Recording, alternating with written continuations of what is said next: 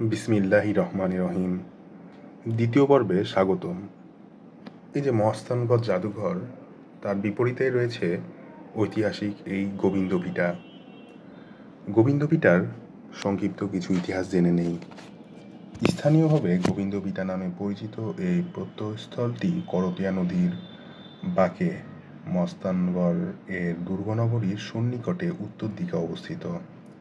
খ্রিস্টপূর্ব 1200 থেকে 1300 শতকে রচিত সংস্কৃত গ্রন্থে করতোয়া মাহাত্ম্য এই মন্দিরটির কথা উল্লেখ রয়েছে। এটি গোবিন্দ কিংবা বিষ্ণু মন্দির নামে পরিচিত হলেও এমন কোনো প্রমাণ পাওয়া যায়নি, যার সাহায্যে এই পুরাকীর্তিটিকে বৈষ্ণব মন্দির বলা যেতে পারে। এখানে সর্বপ্রথম 1928 থেকে 29 এবং পরবর্তীতে 1960 সালের দিকে প্রত্নতাত্ত্বিক খননের ফলে খ্রিস্টপূর্ব 2য় শতকের থেকে শুরু করে বিভিন্ন যুগের গুরুত্বপূর্ণ প্রত্নতাত্ত্বিক নিদর্শন আবিষ্কৃত হয়েছে।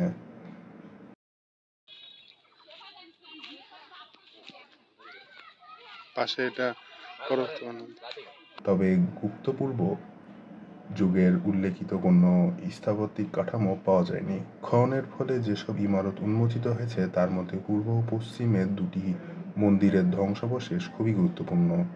মন্দির দুটি একটি মজবুত সীমানা প্রাচীরের মধ্যে অবস্থিত, যা শেষ গুপ্ত তথা ষষ্ঠ শতক যুগ থেকে মুসলমান যুগ পর্যন্ত মোট 4টি পর্যায়ে বিভক্ত।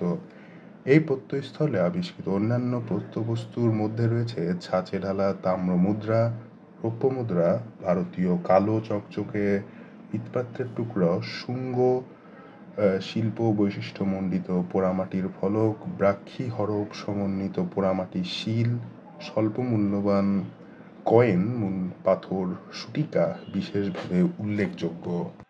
গোবিন্দভিটার এখানে 20 টাকা করে টিকিট। গোবিন্দভিটা শব্দের অর্থ গোবিন্দ কিংবা হিন্দু দেবতা তথা বিষ্ণুর আবাস, কিন্তু বৈষ্ণব ধর্মের কোনো নিদর্শনে এই স্থানের কথা পাওয়া যায়নি। তবুও প্রত্নতত্ত্বভাবে স্থানীয়ভাবে এটি গোবিন্দভিটা নামে পরিচিত। গোবিন্দভিটা অর্থাৎ মহাস্থানগড় এটি শিবগঞ্জ উপজেলায় অবস্থিত, বগুড়াতে। গোবিন্দভিটা এই প্রত্নস্থলটি 1928 থেকে 29 অর্থাৎ ব্রিটিশ শাসনামলে কে.এন. দীক্ষিত খনন করেছিলেন এবং 1960 সালে ডক্টর নাজিমুদ্দিন আহমেদ এখানে একটি গভীর খাত খনন করেছিলেন এবং এভাবেই এই ইটগুলো মাটির নিচ থেকে উন্মোচিত হয়।